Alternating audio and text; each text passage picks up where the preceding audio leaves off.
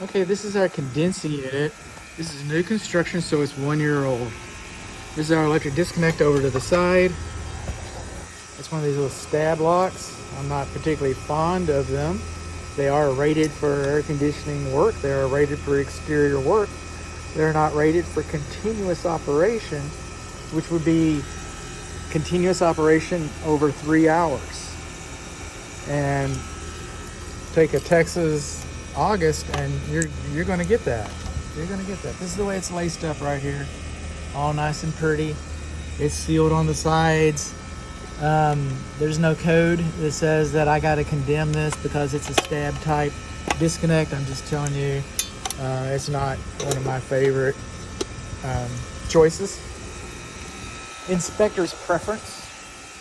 So we come along over here, and what we've got is a 1 year old, and we got a shroud, we've got insulation, we've got Schrader valve covers, so it all looks pretty darn good. This is our data plate. This tells us that it's 1 year, it's a new construction. This tells us that it's 4-ton system, okay? This tells us that it was charged with R454B refrigerant. B is for blend. 454 is a blend. Now, what that means is that we got different types of refrigerant that have been commingled to go into the system. And they act differently at different parts of the refrigeration process. And so if you get a leak in the system,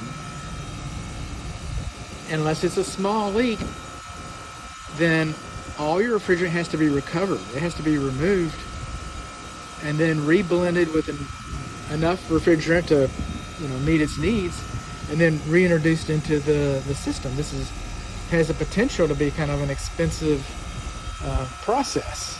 If you don't lose any refrigerant, you don't use refrigerant, by the way. You don't use it, you lose it. So it's something to take into consideration. And a lot of times we don't have, a system can run its entire life without being recharged, just like a refrigerator. We don't use it, we lose it.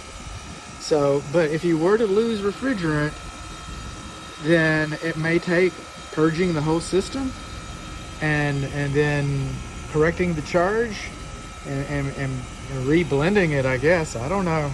I already told you more than I know.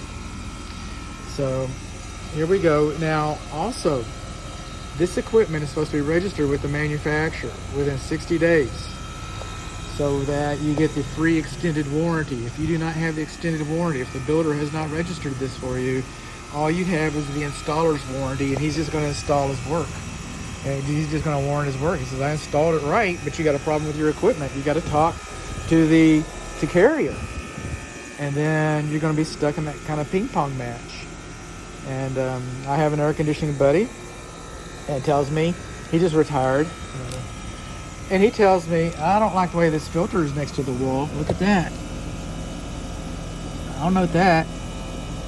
But my refrigerator buddy says that he's got clients every year that spend thousands and bukus of thousands of dollars for work that should have been warranted, but it wasn't registered like it should have been.